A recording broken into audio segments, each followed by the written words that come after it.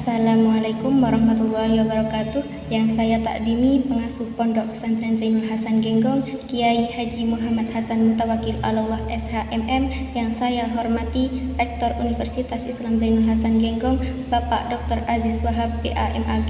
Yang saya hormati Bapak atau Ibu dosen penguji seminar proposal. Yang saya hormati dosen pembimbing 1, yakni Bapak Abdul Ghafur MEI. Yang saya hormati dosen pembimbing 2, yakni Ibu Yeni Kartikawati MSI.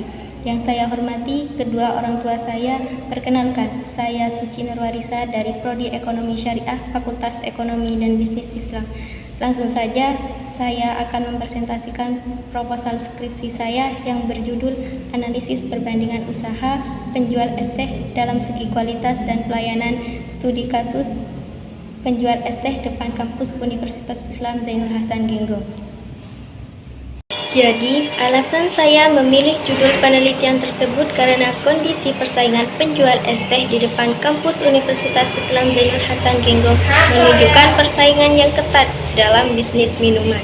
Namun, belum ada penelitian secara khusus membandingkan aspek kualitas dan pelayanan dari para penjual, serta bagaimana faktor mempengaruhi preferensi konsumen. Dengan adanya penelitian ini, diharapkan dapat memberikan wawasan bagi para pelaku usaha dalam meningkatkan strategi bisnis mereka agar tetap kompetitif.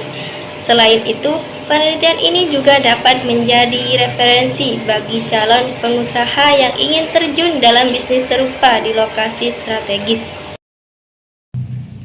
Minuman es teh merupakan salah satu produk kuliner yang populer di Indonesia. Terlebih lagi, cuaca yang panas mendukung pesatnya perkembangan bisnis ini. Di depan Universitas Islam Zainul Hasan Genggong, berbagai penjual es teh berkompetisi menawarkan produk serupa, di mana terdapat beberapa penjual es teh yang lokasinya berdekatan.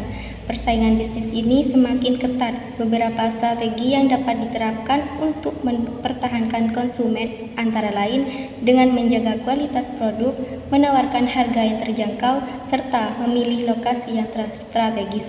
Dengan menerapkan strategi tersebut, konsumen akan lebih tertarik untuk kembali membeli produk yang ditawarkan.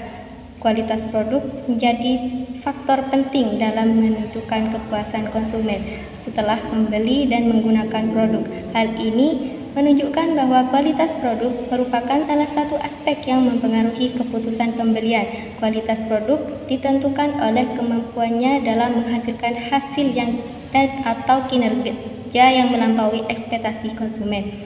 Kualitas ini menjadi faktor utama yang mempengaruhi tingkat kepuasan konsumen. Produk dengan berkualitas unggul mampu memenuhi harapan konsumen, sekaligus meningkatkan kepercayaan mereka terhadap penjual. Jadi, meskipun lokasinya berdekatan, terdapat perbedaan mencolok dalam hal kualitas rasa es teh yang mereka tawarkan, mulai dari tingkat keasaman, kadar manis, hingga kesegaran bahan yang digunakan.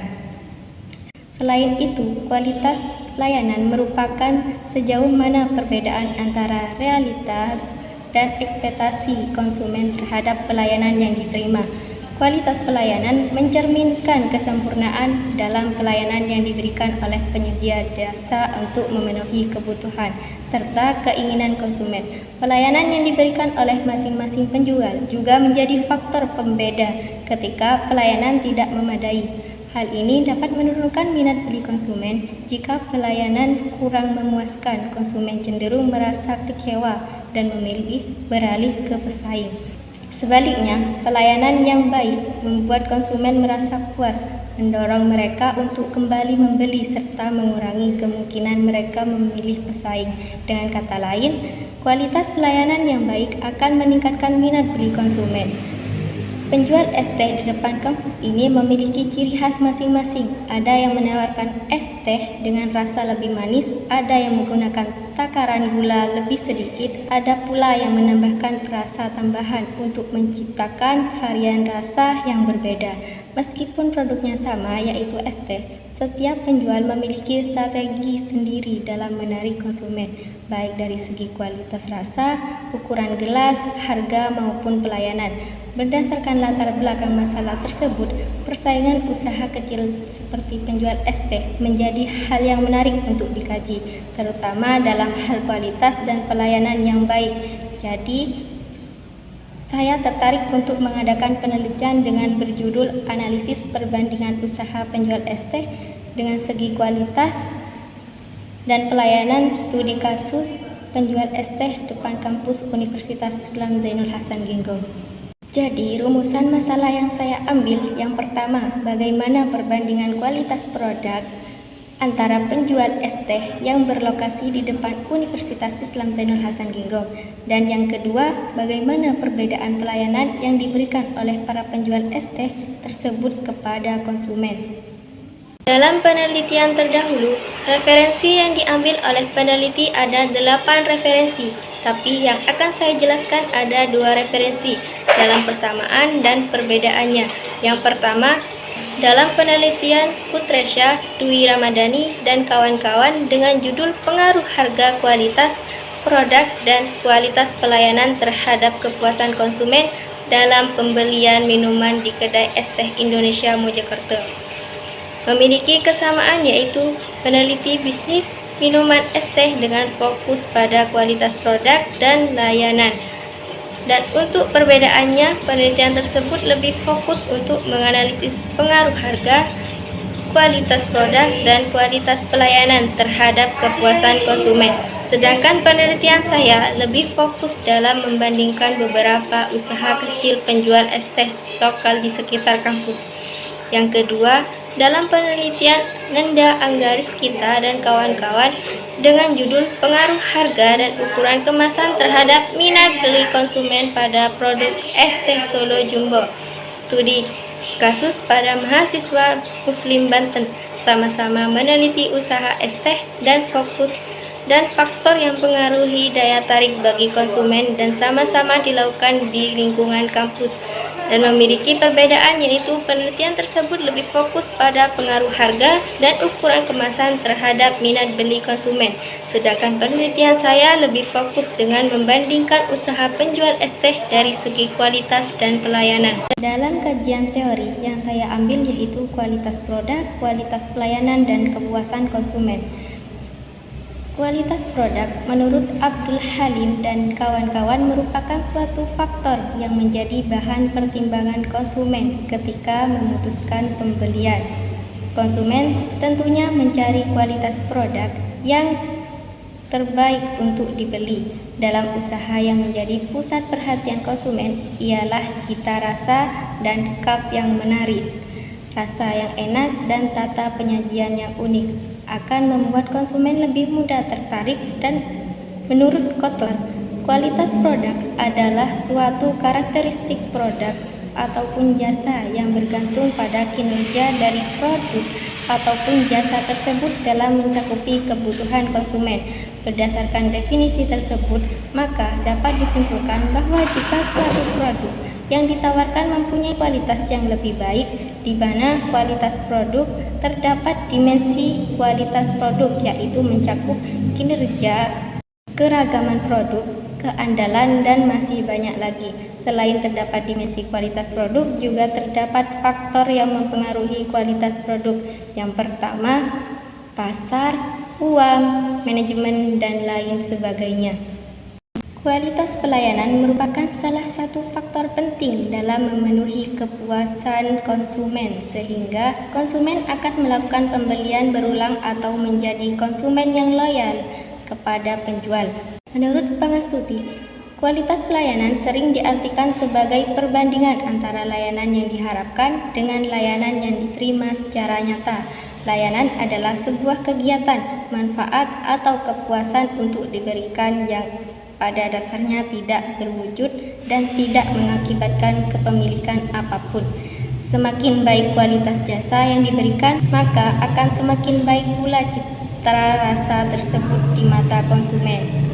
Dan ada dimensi kualitas pelayanan yang mencakup keandalan, daya tanggap, dan jaminan. Ada pula faktor yang mempengaruhi kualitas pelayanan yang mencakup kontraktor, modifier, influencer, dan isolated. Menurut Kotler, kepuasan konsumen tergantung pada kinerja barang sesuai dengan harapan konsumen setelah membeli. Jika kinerja produk atau jasa lebih rendah dari harapan, konsumen akan merasa tidak puas. Jika kinerja sesuai harapan, maka konsumen akan merasa puas. Jika kinerja semakin melebihi harapan, maka konsumen akan merasa sangat puas. Dan menurut Indrasari, kepuasan konsumen adalah tingkat perasaan konsumen setelah membandingkan antara apa yang dia terima dan harapannya dilihat dari perkembangan zaman seperti sekarang ini. Untuk memuaskan konsumen adalah yang terpenting untuk seorang produser agar produk mereka dapat memiliki konsumen tetap serta bisa bertahan dan bersaing dengan pesaing lain. Dimensi kepuasan konsumen ada 3 dimensi kepuasan konsumen. Yang pertama, kesesuaian harapan. Yang kedua, minat berkunjung kembali. Dan yang ketiga, kesediaan rekomendasi. Faktor yang mempengaruhi kepuasan konsumen mencakup kualitas produk, kualitas pelayanan, emosional, harga, dan biaya.